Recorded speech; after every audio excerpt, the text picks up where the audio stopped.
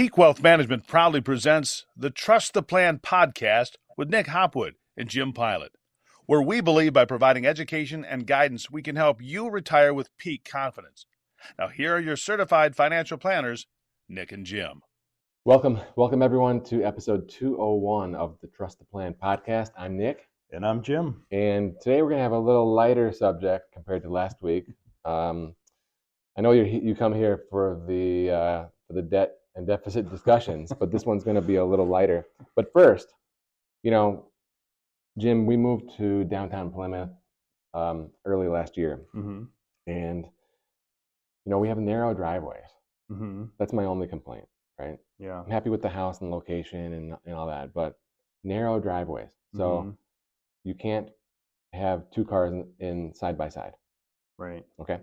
So last night, I knew that I had to leave early this morning, and my wife still wasn't home yet from taking my daughter to Girl Scouts. Mm-hmm. So I parked in the street. Mm-hmm. So I was waiting for her to come home, and then I would go out and pull in behind her.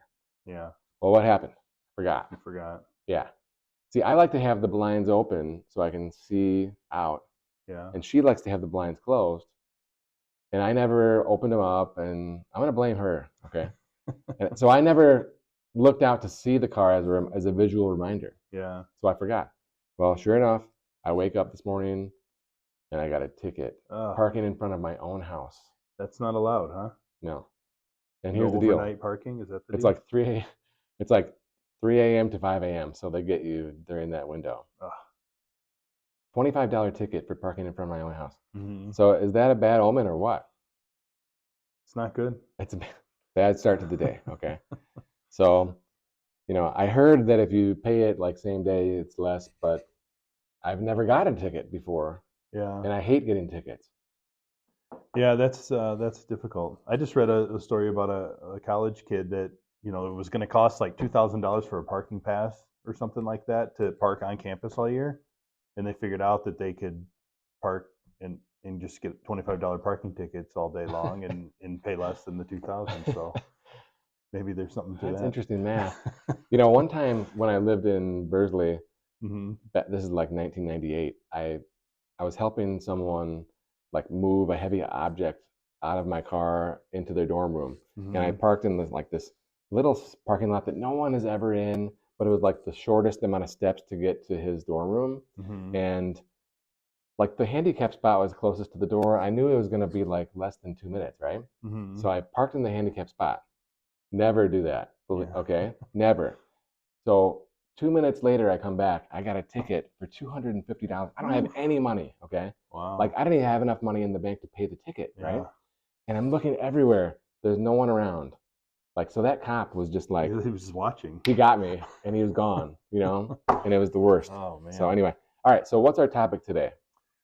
Today, topic is an article from our friend Dave Ramsey listing the top 5 careers of millionaires, right? They surveyed 10,000 people, so a pretty big survey, to come up with which careers have the most millionaires in it, Okay. right? Interesting topic because, what comes top of mind most of the time, right? People say, doctors and entrepreneurs and dentists and all these, finance people and all these different careers that have a high income. But the results of the survey were interesting in that the 5 careers were engineer, who have a median salary of $91,000, accountants or CPAs with a median salary of $77,000, teachers with a median salary of $61,000, management, which I would assume would be, corporate management, business management, with a median salary of $107,000, and attorneys with a median salary of $135,000. So I would say the results of this survey probably took most people by surprise. Yeah, absolutely. There's no doctors, although we see a lawyer there. Okay. Mm-hmm.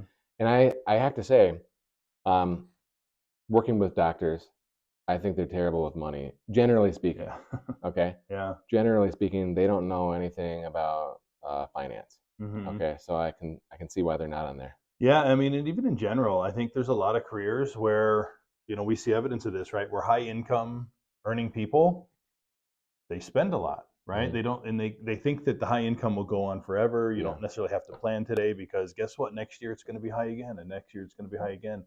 So I don't. Maybe this is what the survey is showing us, is they don't always do a good job of planning in Mhm. advance. And putting away money, for the long term. So lawyers, though, right, making good income, they're Mhm. better for planning and saving. Mm-hmm. Yeah. I mean, if you look at some of the commonality between all of them, engineers, accountants, teachers, I suppose attorneys as well. They're very structured, right? They have, I don't know, follow the rules, right? They have things in place, between organization and so forth, that maybe helps them start this planning process earlier in their careers. Maybe. I mean, it's hard though. These are definitely different areas of work. Mm-hmm. So I'm not sure in my mind if I can point to any one factor. I see accountant and it makes a lot of sense because they're working with numbers all day. Right. Although I know that there's a lot of financial planners out there that they don't eat their own cooking, so to speak. And True. I've seen this with a lot of people Mm-hmm. who are financial planners that don't practice what they preach. Okay, so maybe that's true with accountants as well, but this would suggest otherwise.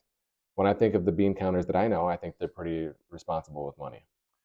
Yeah, I would agree. I think in general, they understand. They, especially accountants that are doing taxes and so forth, they see how to take advantage of the tax Yeah. law to, Mhm. to be in their favor.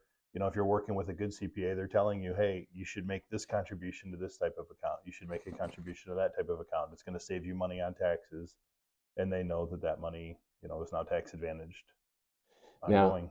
I like engineering as a career for young people Mhm. because I think that's, the U.S. We import goods, right, and export Mm-hmm. engineers, so to speak, right? Like if you look on your iPhone, it says, Mm-hmm. made in China but designed in California, Right. right? Engineered. That's what that means. Is engineered here Yeah. and put together over there. And I think there's going to be a lot more demand in the future in that type of role. Mm-hmm. So when I think about my kids, I don't know if they think like engineers yet, Yeah. but I want to make them aware of statistics like this.